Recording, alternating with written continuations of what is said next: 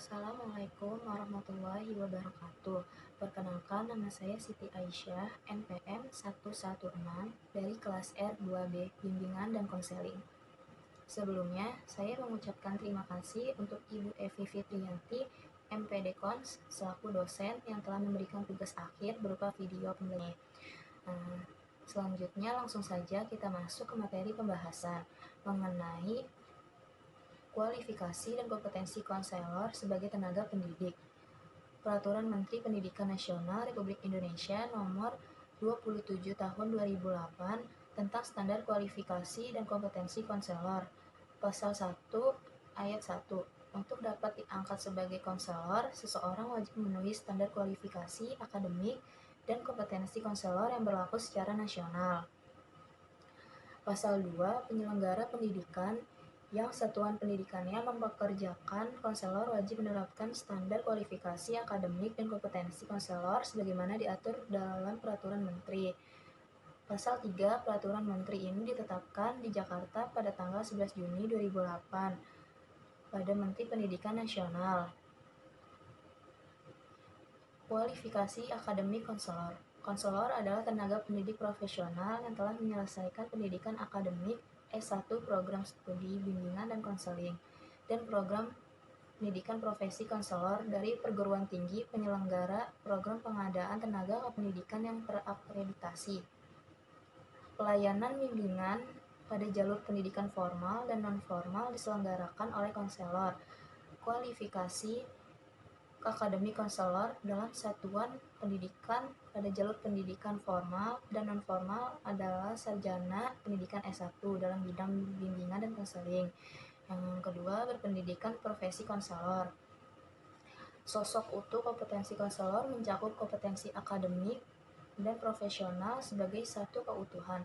Kompetensi akademik merupakan landasan ilmiah dari pelaksanaan pelayanan profesional bimbingan dan kompetensi akademik merupakan landasan bagi pengembangan kompetensi profesional yang meliputi adanya memahami secara mendalam konseling yang dilayani.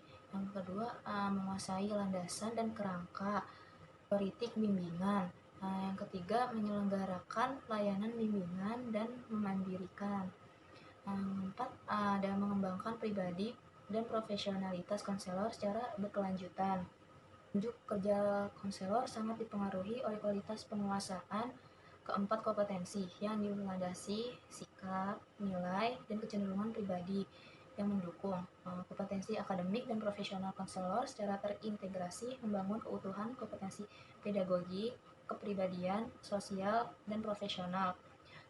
Pembentukan kompetensi akademik konselor ini merupakan proses pendidikan formal jenjang strata 1 atau S1 bidang bimbingan dan konseling yang bermuara pada penganugerahan ijazah akademik sarjana pendidikan atau yang biasa disebut dengan SPD. Kompetensi konselor sebagai tenaga kependidikan.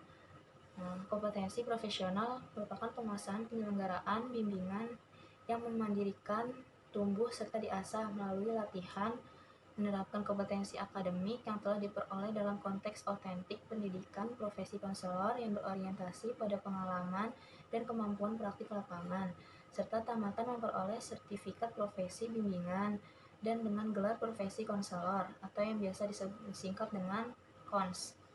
Jadi ada kompetensi inti.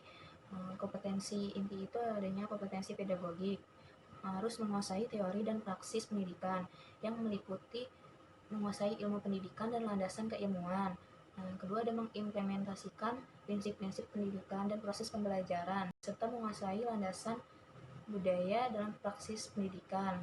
Aplikasikan perkembangan fisiologis dan psikologis, serta perilaku individu melalui cara yang pertama, mengaplikasikan kaidah-kaidah perilaku manusia, perkembangan fisik dan psikologis individu terhadap sasaran layanan bimbingan dan konseling dalam upaya pendidikan.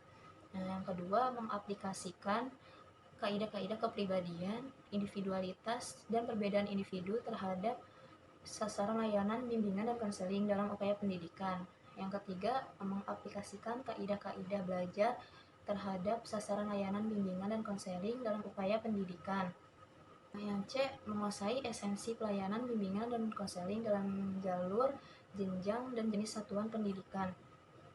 Melalui cara menguasai esensi bimbingan dan konseling pada satuan jalur pendidikan formal, non-formal, dan informal. Yang kedua, menguasai esensi bimbingan dan konseling pada satuan jenis pendidikan umum, kejuruan, keagamaan, dan khusus. Yang ketiga, menguasai esensi bimbingan dan konseling pada satuan jenjang pendidikan usia dini, dasar, dan menengah. Kedua, ada kompetensi kepribadian. Kompetensi kepribadian ini yang pertama harus beriman dan bertakwa kepada Tuhan Yang Maha Esa, meliputi menampilkan kepribadian yang beriman dan bertakwa kepada Tuhan Yang Maha Esa.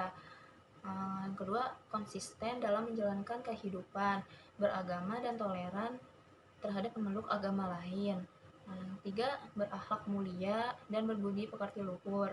Kedua, menghargai dan menjunjung tinggi nilai-nilai kemanusiaan, individualitas, dan kebebasan memilih.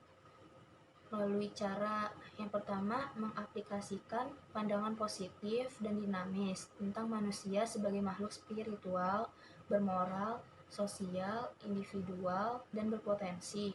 Nah, yang kedua, menghargai dan mengembangkan potensi positif individu pada umumnya dan konseli pada khususnya.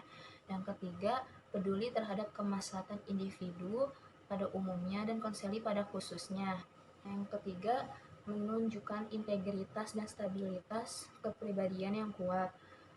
Melalui cara yang pertama itu menampilkan kepribadian dan perilaku yang terpuji seperti berwibawa, jujur, sabar, ramah, dan konsisten.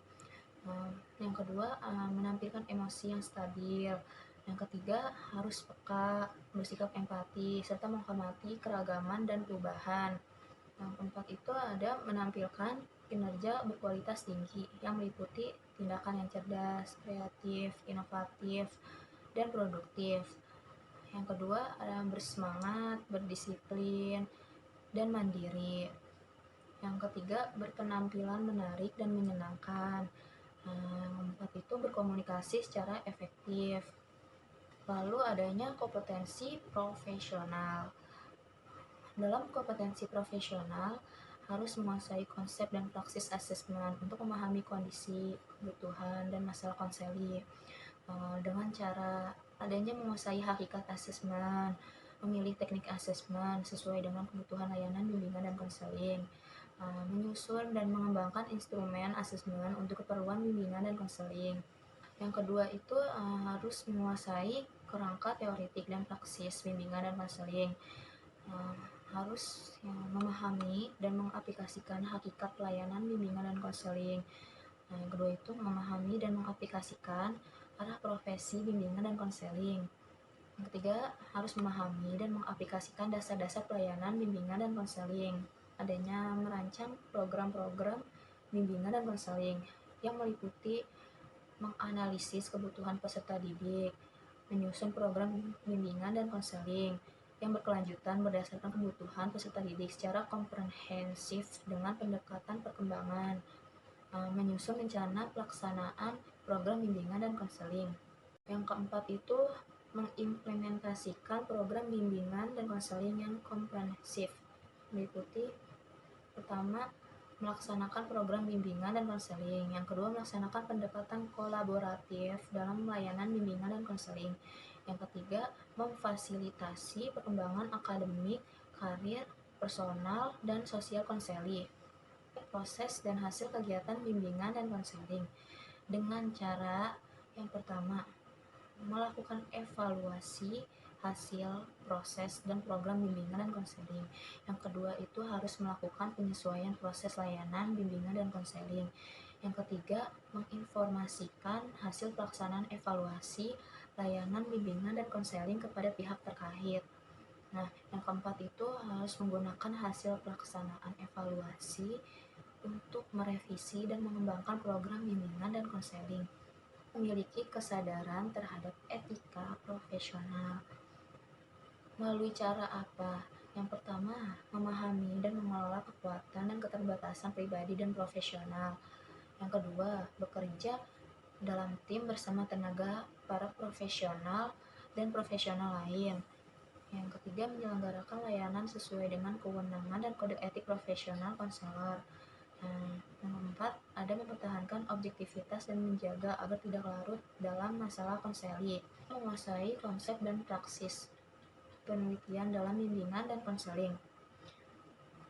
Melalui cara memahami berbagai jenis dan metode penelitian, mampu merancang penelitian, bimbingan, dan konseling, melaksanakan penelitian, bimbingan, dan konseling. Yang keempat itu ada kompetensi sosial. Kompetensi sosial itu adanya mengimplementasikan kolaborasi internal di tempat bekerja. Melalui cara yang pertama itu ada memahami dasar, tujuan, organisasi, dan peran pihak-pihak lain seperti guru, wali kelas, pimpinan sekolah di tempat bekerja. Yang kedua adanya mengkomunikasikan dasar, tujuan, dan kegiatan pelayanan bimbingan dan konseling kepada pihak-pihak lain di tempat bekerja. Yang ketiga itu bekerja sama dengan pihak-pihak terkait di dalam tempat bekerja seperti guru, orang tua, tenaga administrasi. Yang kedua, berperan dalam organisasi dan kegiatan profesi bimbingan dan konseling, meliputi memahami dasar, tujuan organisasi profesi, bimbingan dan konseling untuk pengembangan diri dan profesi. Yang kedua, menaati kode etik profesi bimbingan dan konseling. Yang ketiga itu aktif dalam organisasi profesi bimbingan dan konseling untuk pengembangan diri dan profesi. Lalu mengimplementasikan kolaborasi antar profesi dengan cara harus mengkomunikasikan aspek-aspek profesional, bimbingan dan konseling kepada organisasi profesi lain. Yang kedua itu memahami peran organisasi profesi lain dan memanfaatkannya untuk sukses pelayanan bimbingan dan konseling. Yang ketiga itu bekerja dalam tim bersama tenaga para profesional dan profesional profesi lain. Demikian materi yang saya sampaikan mengenai kualifikasi dan kompetensi konselor sebagai tenaga pendidik. Mohon maaf jika ada kata yang salah atau kurang tepat. Wassalamualaikum warahmatullahi wabarakatuh.